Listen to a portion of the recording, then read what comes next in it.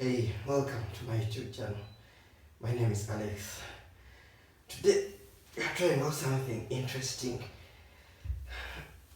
I got to learn this from a Nigerian influencer that does her things like this. This is good for the legs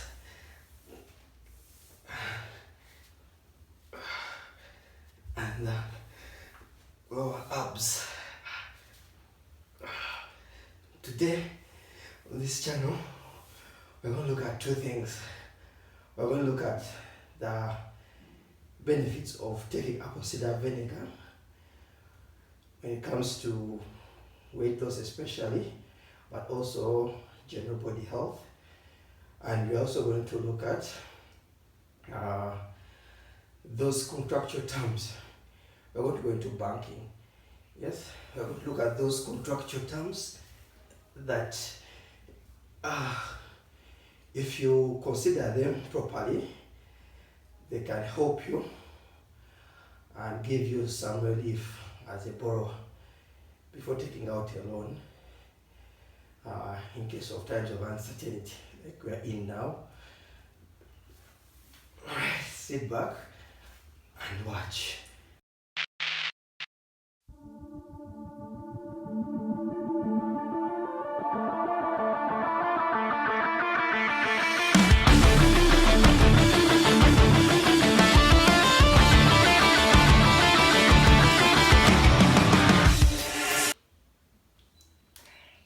Hey, welcome back to my YouTube channel. My name is Alex. Today we are going to talk about apple cider vinegar and its benefits towards our health, especially for us who are into healthy living. And also we are going to go into banking. We are going to see what are those contractual terms and due diligences that one can do before taking out a loan that can come in handy, especially in times of uncertainty such as we are in now.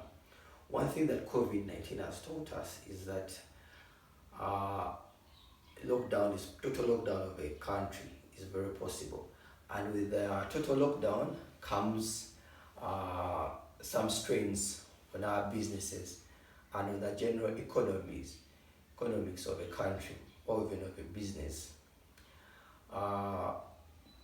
I'm cognizant that a lot of business owners and companies obtain finances from banks through loans. Now these loans come with obligations. So we are going to look at some of those terms that can protect you in times of uncertainty. There is total lockdown, your business is not making money, but still you have a loan to pay. Is it possible to foresee such circumstances and safeguard your business against such eventualities?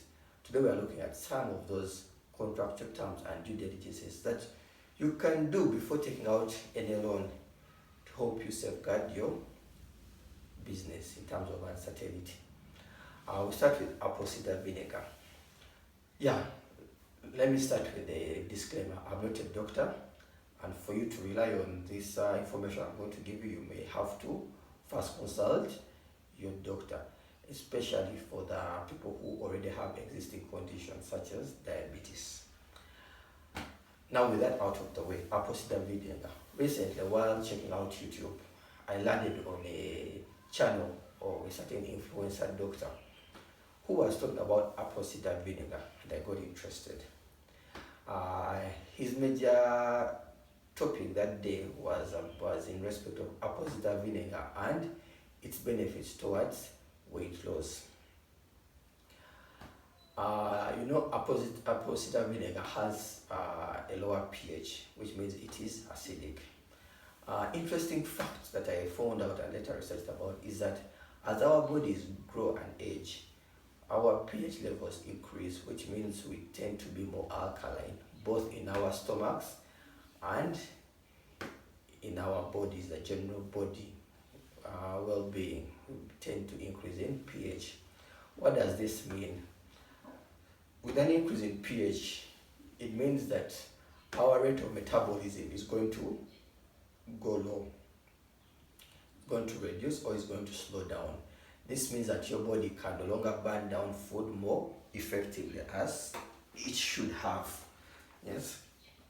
Uh, so, but also, when your pH increases, it means that your body will not be able to burn down fats easily, or as it should with a lower pH.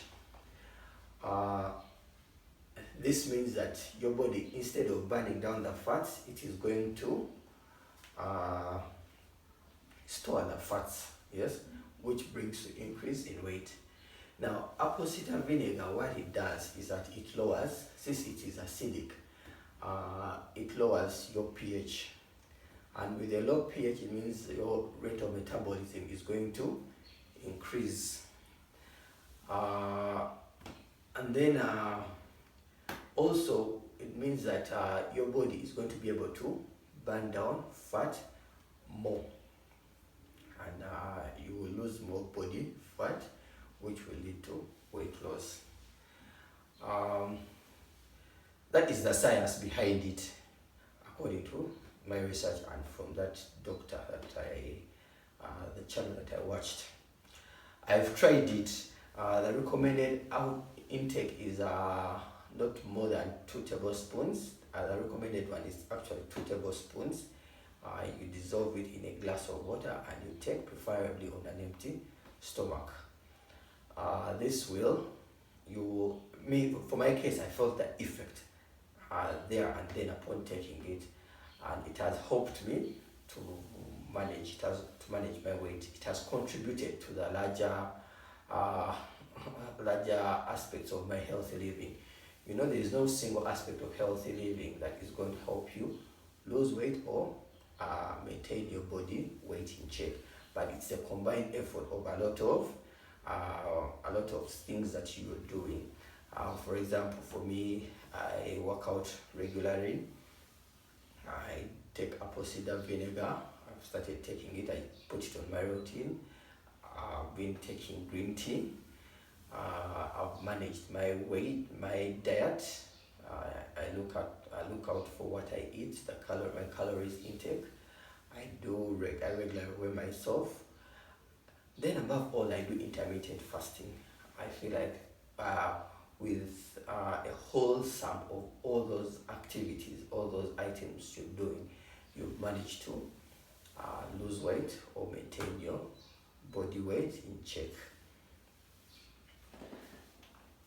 Alright, but as a note is that if you're diabetic already, you should stay away from taking apple cider vinegar, because probably the medicine that you're taking already has the effect of reducing your blood sugars. So if you take apple cider vinegar, it may give you it will reduce your blood sugars to a point where it should not be. So you may have to first consult your doctor. Other benefits of taking apple cider vinegar is it helps with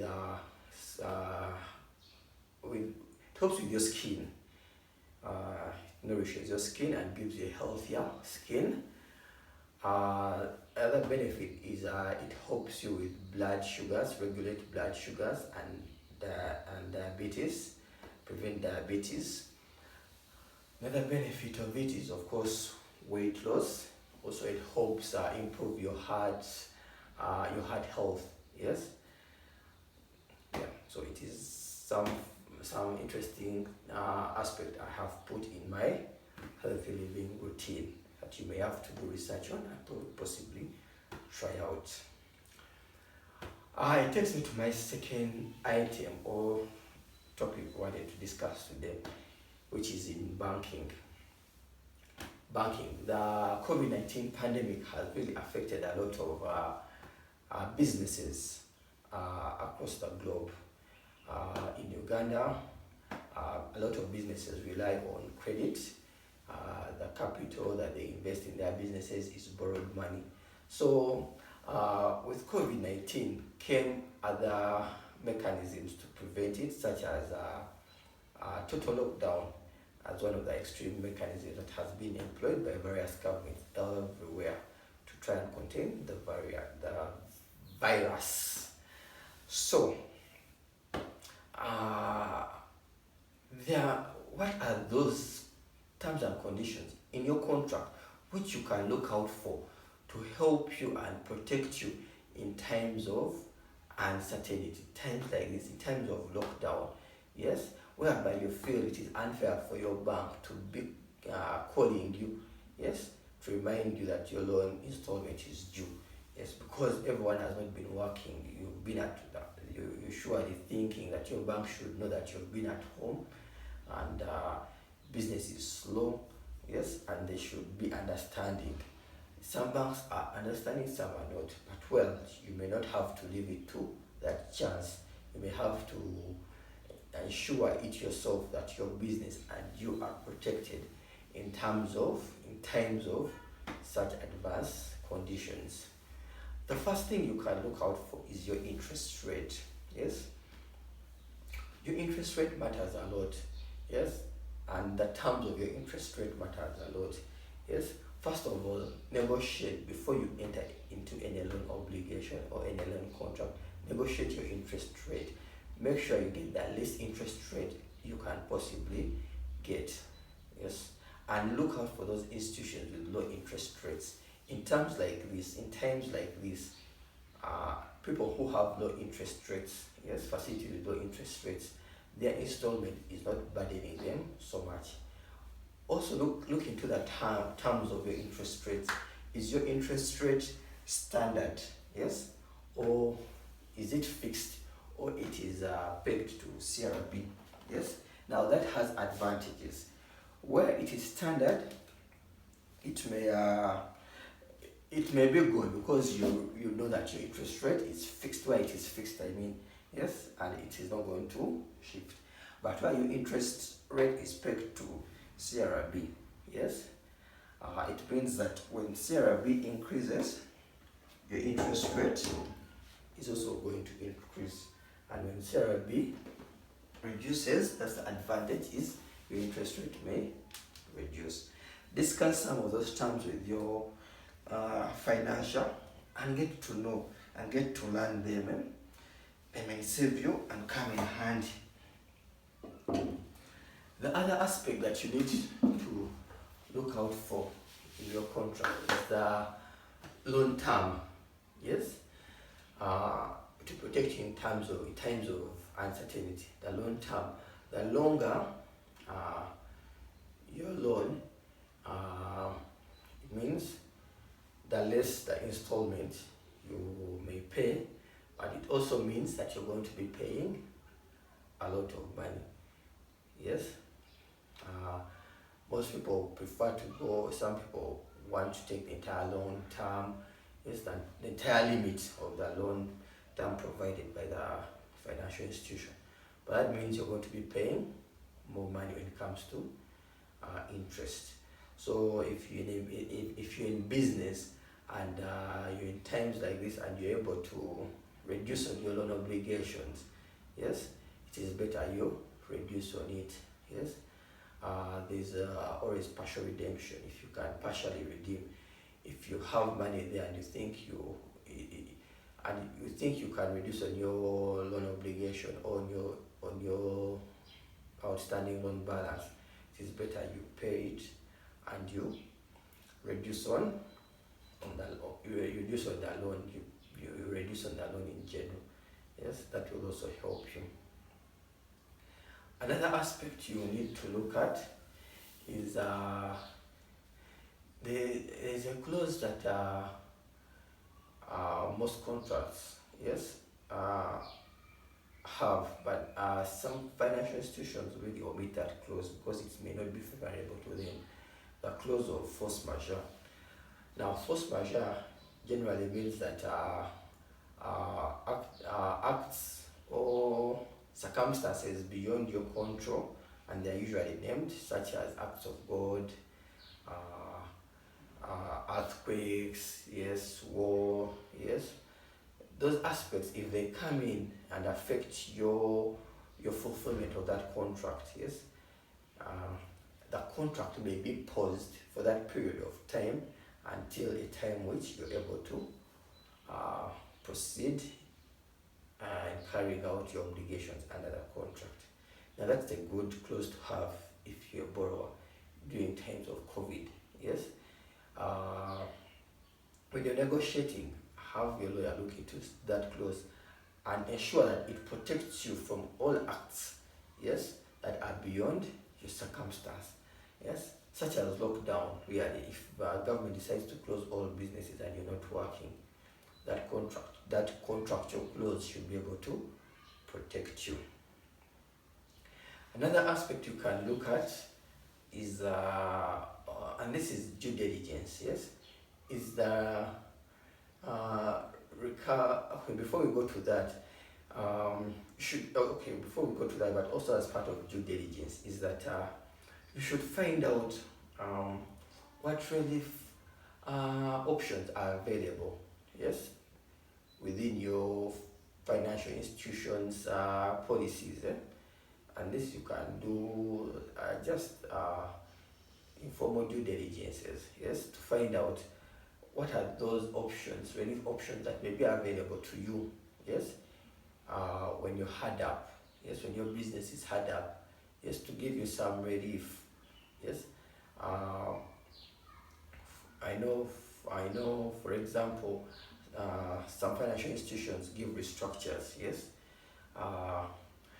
They give breaks, holidays, yes, whereby you can negotiate, and they tell you that within this period of time,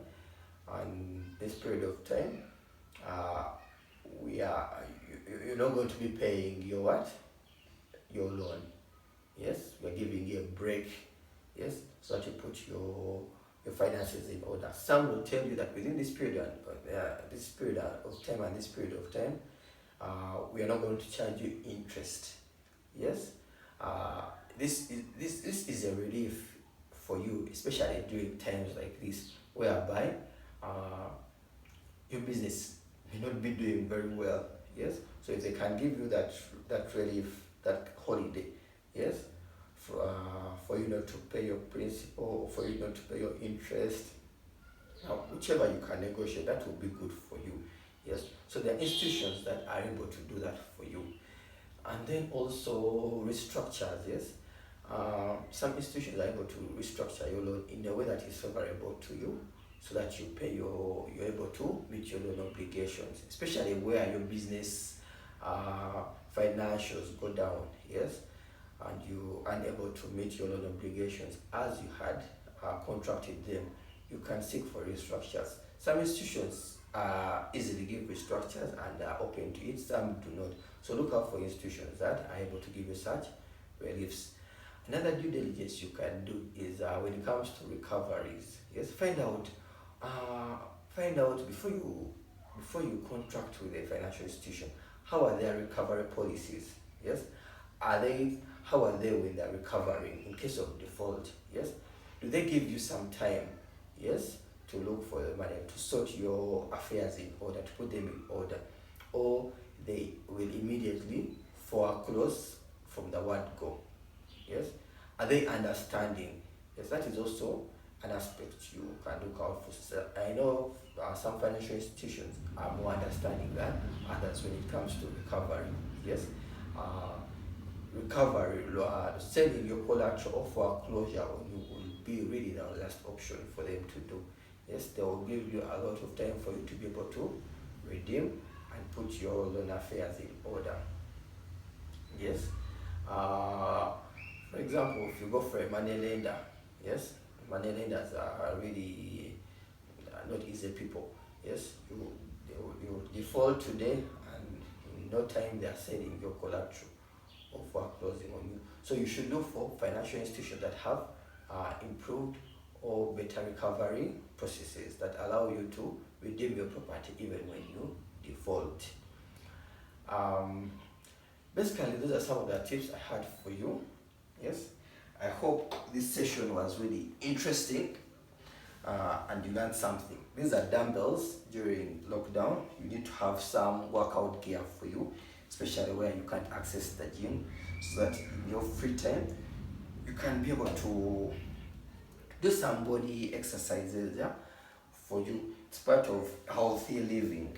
Yes, there's a lot of body exercises you can do with these dumbbells. I wish you all the best, and I hope this was good for you. Until next time, cheers.